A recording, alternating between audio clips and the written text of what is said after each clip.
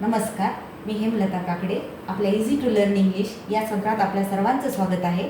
आपण आज टेन्सचा 10वा प्रकार पाहूया. प्रेझेंट परफेक्ट कंटिन्युअस टेन्स म्हणजे चालू पूर्ण वर्तमान काळ.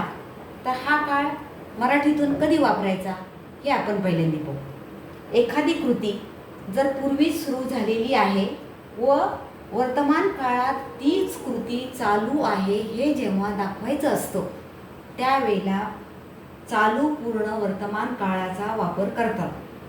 पुन्हा एकदा सांगते, एखादी कृती पूर्वी सुरू झालेली आहे आणि तीच कृती वर्तमान काळात सुद्धा चालू आहे ही ज्या वेळेला दाखवायचं असतं त्यावेळेला चालू पूर्ण वर्तमान काळाचा वापर करतात.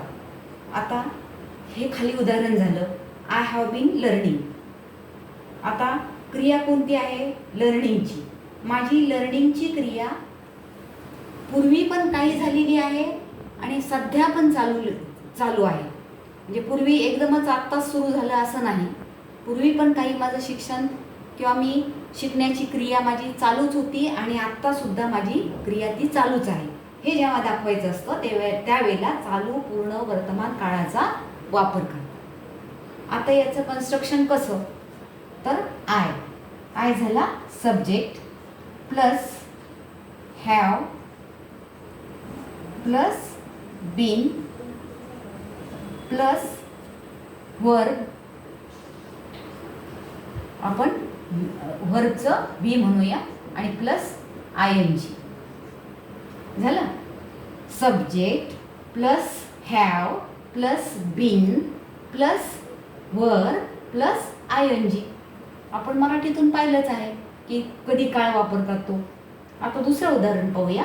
शी has been working on that project. ती त्या प्रोजेक्टवर काम करत आहे. म्हणजे याचा अर्थ ती नुकतीच जॉईन झालेली आहे असं नाही. ती पूर्वीच प्रोजेक्टवर काम करत होती आणि सध्यासुद्धा वर्तमान काळात ती त्याच प्रोजेक्टवर काम करत आहे हे मला सांगायचे. म्हणून मी चालू पूर्ण वर्तमान काळाचा वापर करणार.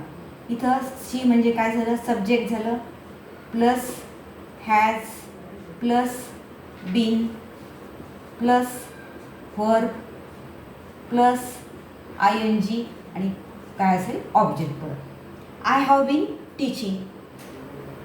माझी शिकवण्याची क्रिया पूर्वी पण चालूच होती आणि आता सध्यासुद्धा वर्तमान काळात तीच कृती माझी चालू आहे.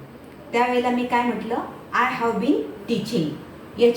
याचा फॉर्म्युला तोच, subject plus have plus been plus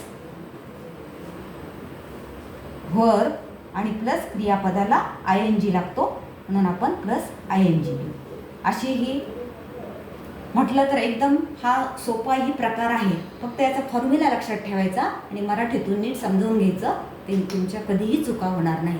उद्या आपण पास्ट परफेक्ट कंटिन्युअसचा पुढचा व्हिडिओ आपण पाहू. ते पाहण्यास मात्र विसरू नका. धन्यवाद.